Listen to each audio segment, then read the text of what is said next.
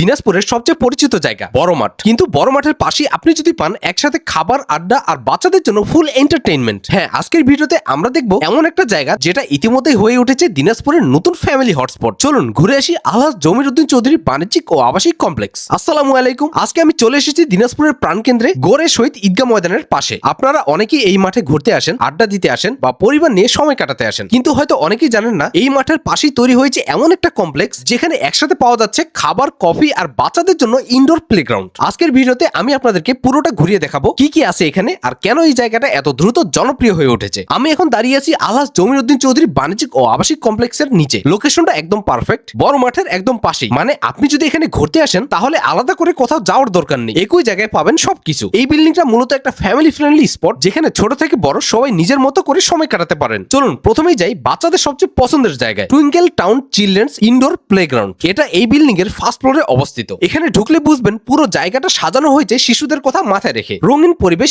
নিরাপদ সেটআপ আর নানা ধরনের অ্যাক্টিভিটি। বর্তমানে আমরা একটা জিনিস লক্ষ্য করি, ছোট ছোট বাচ্চারা মোবাইল বা স্ক্রিনে বেশি সময় কাটাচ্ছে, কিন্তু এই ধরনের ইনডোর প্লেগ্রাউন্ড তাদের জন্য হতে পারে একটা দারুণ বিকল্প, যেখানে তারা খেলাধুলার মাধ্যমে শারীরিক এবং মানসিকভাবে ডেভেলপ করতে পারবে। আমি দেখছি অনেক বাচ্চারা এখানে দারুণ এনজয় করছে। ফ্যামিলি নিয়ে আসলে বাচ্চাদের জন্য এটা অবশ্যই একটা প্লাস পয়েন্ট। এবার চলে এলাম সবার পরিচিত নাম টেস্টি ট্রিটে। আপনারা তো জানেনই এখানে পাওয়া যায় নানা ধরনের কেক, পেস্ট্রি, সিঙ্গারা আর বেকারি আইটেম। যদি হালকা কিছু খেতে চান বা চা কফির সাথে স্ন্যাক্স নিতে চান তাহলে এই জায়গাটা একদম পারফেক্ট। পরিবেশটাও সুন্দর, বসে আড্ডা দেওয়ার মতো। এবার চলে এলাম ক্যাফে জিরো পয়েন্টে। এখানে মূলত ফাস্টফুড আইটেম গুলো বেশি পাওয়া যায়, যেমন pizza, burger, pasta, chowmein, chicken, crispy fry সবই আছে। আরেকটা বিষয় আমার কাছে বেশ ভালো লেগেছে, এখানে তুলনামূলকভাবে কম দামে পিৎজা পাওয়া যায়। মানে যারা বন্ধুদের সাথে আড্ডা দিতে আসেন তাদের জন্য এটা একটা বাজেট ফ্রেন্ডলি অপশন হতে পারে। আপনারা কেউ যদি আগে এখানে খেয়ে থাকেন কমেন্টে জানাবেন কেমন লেগেছে। এবার চলে এলাম একটু ভেতরের দিকে, ওয়েলকাম ফুড এন্ড রেস্টুরেন্ট। এখানে পেয়ে যাবেন কাবাব, চটপটি, ফুচকা সহ নানা ধরনের মুখরোচক খাবার। অনেকেই আছেন যারা রাস্তার পাশে দাঁড়িয়ে খাবার খেতে কমফোর্টেবল না, তারা চাইলে এখানে বসে সুন্দর পরিবেশে এই খাবারগুলো উপভোগ করতে পারেন। এখানকার সেটআপটা ফ্যামিলি ফ্রেন্ডলি, তাই পরিবার নিয়ে আসলেও কোনো সমস্যা নেই। এই কমপ্লেক্সের একটা বড় প্লাস পয়েন্ট হচ্ছে এর পরিবেশ।